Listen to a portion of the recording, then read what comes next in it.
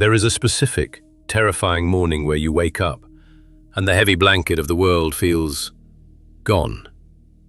For years, perhaps for your entire conscious life, you walked into a room and immediately tasted the anxiety of strangers on your tongue. You felt the vibration of a friend's hidden grief in the center of your chest before they even spoke a word. You were a sponge, soaking up the psychic sewage of your environment until you were dripping with emotions that did not belong to you. You defined your worth by this capacity, this ability to bleed for others, to carry their crosses because their shoulders seemed too fragile. But lately, something has shifted.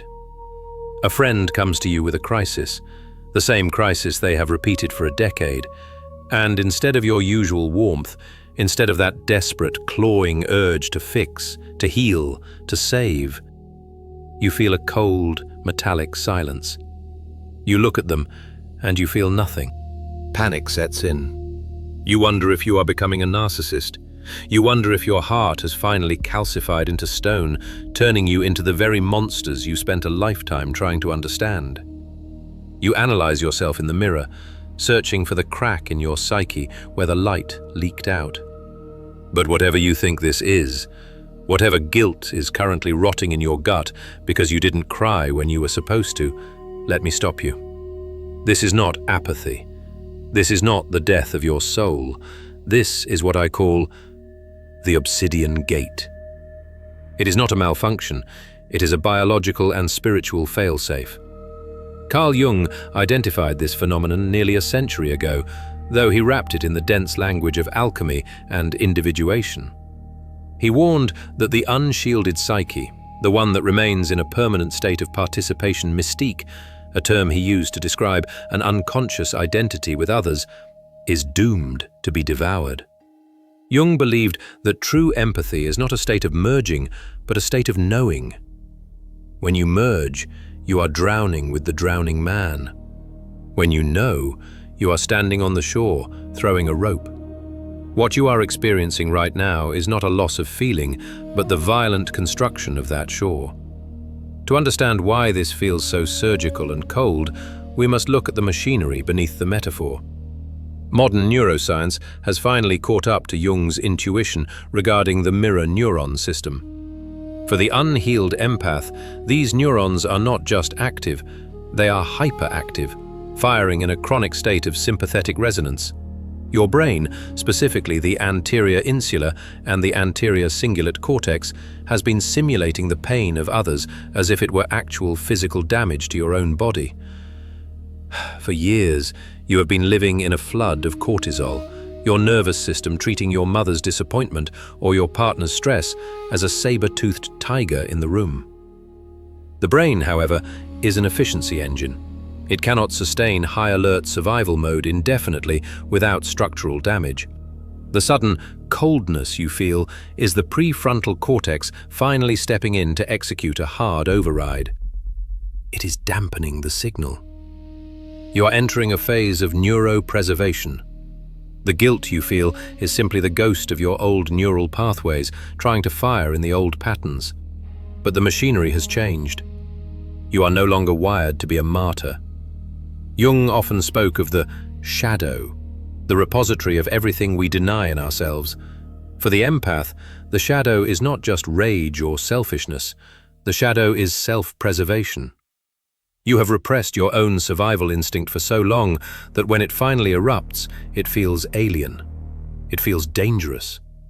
But this eruption is the first step toward what Jung called individuation, the process of becoming a singular, whole entity, distinct from the collective noise.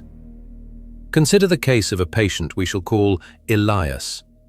Elias was a man who Jung might have described as possessing a porous soul. He was a therapist, naturally, as many unhealed empaths gravitate toward professions where their trauma responses can be disguised as nobility. Elias could sit with a client and physically feel their depression as a weight in his stomach. He was celebrated for this. He was the healer. But at night, Elias would collapse into a state of catatonic exhaustion, unable to speak to his own wife, paralyzed by a gloom that wasn't his. One day, Elias sat across from a client who was recounting a tragic story, and Elias realized he was bored. Not just bored, repulsed. He felt a sudden, sharp anger toward the client's helplessness. He wanted to shout, "Fix it yourself!" Elias was horrified by this internal voice. He thought he was losing his mind. He came to the conclusion that he was a fraud, a man who had feigned goodness but was actually cold and cruel. But Jung would argue that Elias was not becoming cruel. He was experiencing the birth of the ego-self axis. Elias had spent his life projected outward, living in the psyches of others. The boredom and repulsion were the violent retraction of his energy. It was his soul slamming the door shut to prevent the house from burning down. Elias had inadvertently triggered a psychological defense mechanism known as the Empathic Recoil. This recoil is the first definitive sign that you are not broken, but healing. It is the pendulum swinging from extreme enmeshment to extreme detachment before it can settle in the center. But the danger here is real. Jung warned that when the unconscious swings the pendulum, it does so without mercy. If you do not understand what is happening, you will pathologize this new strength. You will try to force yourself to feel again, tearing down the very walls your psyche is frantically trying to build. You will mistake your evolution for a defect. You must understand that this transition is rarely smooth. It manifests in ugly, jagged ways. It turns the nice person into the difficult person. It turns the listener into the hermit. To navigate this, we must dissect the anatomy of this transformation. We must identify the signs that distinguish a healing empath from a dissociating narcissist. There are distinct stages to this metamorphosis, markers on the path of the hero's journey that signal you are leaving the village of the collective and entering the forest of the self. Let us look at the first diagnostic marker of this shift. This is a phenomenon I categorize as the narrative rejection. In the past, when someone approached you with a story of victimization, how their boss hates them, how the world is unfair, how they are always the unlucky one, your old self would lean in. You would validate. You would offer solutions. You would co-sign their tragedy. But now? Now, when you hear these stories, you feel a physical sensation of nausea. You detect the loop. You hear the script. Jung suggested that we all act out archetypal dramas. The unhealed empath is often cast as the savior or the mother. But as you heal, your pattern recognition evolves. You stop seeing the suffering friend and start seeing the mechanism of their suffering. You notice that they are addicted to their own misery because it gives them identity. And because you are no longer feeding them your energy, you become useless to their drama. This is why you feel cold. You are not withholding love. You are withholding the drug. You have developed selective empathic immunity. You are beginning to see people not as they want to be seen, but as they are. This is the lifting of the veil. Jung called this withdrawing the projection. You used to project your own goodness onto them, assuming they wanted to be healed just as badly as you wanted to heal them. Now you see the truth. Many people do not want to be healed. They want to be witnessed, and you are tired of being the audience. This leads us deeper into the physiology of the change. Your brain is essentially rewiring its reward system. Previously, you received a dopamine hit from helping or resonating. It was a survival fawn response. If I am useful, I am safe. If I feel what you feel, you won't hurt me. But now, that circuit is dead. The dopamine is gone. You are left with the raw reality of the interaction, stripped of the chemical bribe that used to make it bearable. This brings us to the second, and perhaps most disturbing, sign of your transformation. It is the emergence of what Jung called the shadow, but in a specific protective form. You are developing a capacity for what I term sacred aggression. Sacred aggression. It sounds contradictory to everything you have been told about spiritual evolution. You were likely taught that the higher you ascend, the softer you become. You were taught that enlightenment is a permanent state of passive benevolence, a gentle smile in the face of toxicity. But Jung knew better. He knew that a harmless man is not a good man. A harmless man is merely incapable of harm. A good man is a dangerous man who has his danger under voluntary control. For the healing empath, this aggression manifests as a sudden, non-negotiable intolerance for manipulation. In the past, when someone crossed a boundary, you would rationalize it. You would perform mental gymnastics to excuse their behavior, telling yourself they were acting out of trauma. You intellectualized their abuse to avoid the discomfort of confrontation. But now, before your mind can even begin that excuse, your body reacts. You feel a flash of heat. Your voice drops an octave. You say, "No," without smiling. You slam the door. This terrifies you because it feels like a betrayal of your nature. But biologically, this is your amygdala finally acting in your own defense rather than scanning for the safety of others. It is the restoration of your psychic immune system. Just as a fever burns to kill a virus, your anger burns to incinerate the parasitic connections you have tolerated for too long. You are developing what I call the Shadow-Sentinel. This is not malice. It is the watchman at the gate of your consciousness, armed and refusing to let the thieves back in. This brings us to the third stage of this terrifying transformation, the Great Silence. You likely feel an overwhelming, almost magnetic pull toward isolation. It's not just that you want to be alone, it's that being around others feels physically abrasive. Small talk feels like sandpaper on your brain. The noise of a crowded room feels like a personal assault. You might worry that you are becoming agoraphobic or depressed, but in the alchemical tradition that Jung studied so deeply, this phase is known as the Nigredo, the blackening, the decomposition. It is the rotting of the old self in the dark. In modern terms, you are undergoing sensory pruning. Your brain is literally trimming back the synaptic connections that were dedicated to processing the excessive emotional data of other people. To do this, it requires a low-stimulus environment. You are not hiding, you are cocooning. You are in a state of psychic quarantine. During this quarantine, you might find that your relationships are dying off in mass extinction. Friends you have had for years suddenly drift away, or worse, turn against you.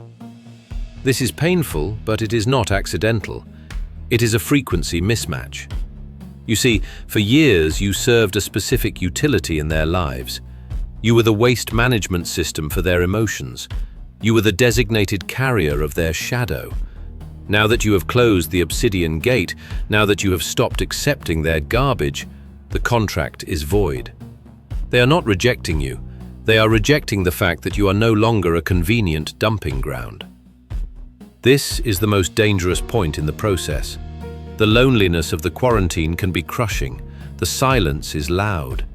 In this void, you will be tempted to reopen the gates, to lower the Shadow-Sentinel just to feel the warmth of connection again, even if that connection is toxic. You must not.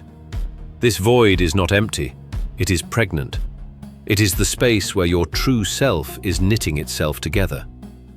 If you survive the quarantine, you emerge into the fourth and final diagnostic state before full integration, the optical sobering. This is the death of magical thinking. Unhealed empaths are often plagued by potential. You fall in love with people's potential, not their reality. You stay in jobs, relationships, and friendships because you see the light in them, even when they are showing you nothing but darkness. You operate on the belief that if you just love them enough, if you just sacrifice enough, they will transmute into the version of themselves you see in your head. The optical sobering shatters this hallucination. Suddenly you see people exactly as they are. It is a stark, high-definition clarity that borders on cynicism. You look at the person you've been trying to save for 5 years, and you realize they have no intention of changing. You realize that your help was actually a form of interference, preventing them from facing their own karma. Jung warned that this clarity brings a heavy grief. It is the grief of realizing that you cannot save anyone. But alongside that grief comes a liberation so profound it feels like weightlessness. You realize that you are only responsible for one soul, your own. So, how do we live like this? How do we exist in a world of suffering without becoming a cold, unfeeling sociopath? How do we reintegrate this new, hard shell with the soft heart that still beats beneath it? We must transition from absorption to observation. The unhealed empath is a sponge. The healed empath is a mirror. Consider the physics of a mirror. It reflects everything perfectly. If you stand before it in rage, it shows rage.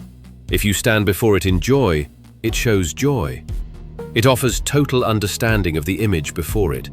But, and this is the key, the mirror does not become the image. The glass remains cool. It does not retain the reflection once the person walks away. To achieve this state, you must practice what I call the dissociative gaze. I do not mean clinical dissociation, which is a fracture of reality. I mean a strategic, conscious step back into the seat of the observer. When you feel a wave of emotion coming from someone else, instead of letting it hit your chest, you visualize it stopping 3 inches from your skin. You look at it. You name it. This is anger. This is grief. You acknowledge its existence, but you do not invite it in for tea. You validate their pain without signing a lease on it. This requires a rewiring of your empathy circuits. Neuroscience tells us that we can shift from affective empathy, which is feeling what they feel, to cognitive empathy, which is understanding what they feel. The former burns you out, the latter makes you effective. Jung called this the capacity to hold the tension of the opposites. You can hold space for their darkness while remaining firmly planted in your own light. You stand on the edge of the abyss to help them, but you no longer jump in. This shift will make you seem different to others. They may accuse you of being distant. They may say you have changed, and you must look them in the eye and agree. Yes, you have changed. You have stopped hemorrhaging your life force to keep others warm. You have developed effective sobriety. But there is one final, secret paradox to this healing. Once you stop carrying the world, once you erect the Obsidian Gate and station the Shadow-Sentinel, something strange happens. You become more effective at helping than you ever were when you were bleeding out. When you were drowning with the drowning man, you were useless. 2 bodies flailing in the water helps no one. But now that you are on the shore, dry and warm, you can actually pull them in. Your stability becomes a lighthouse.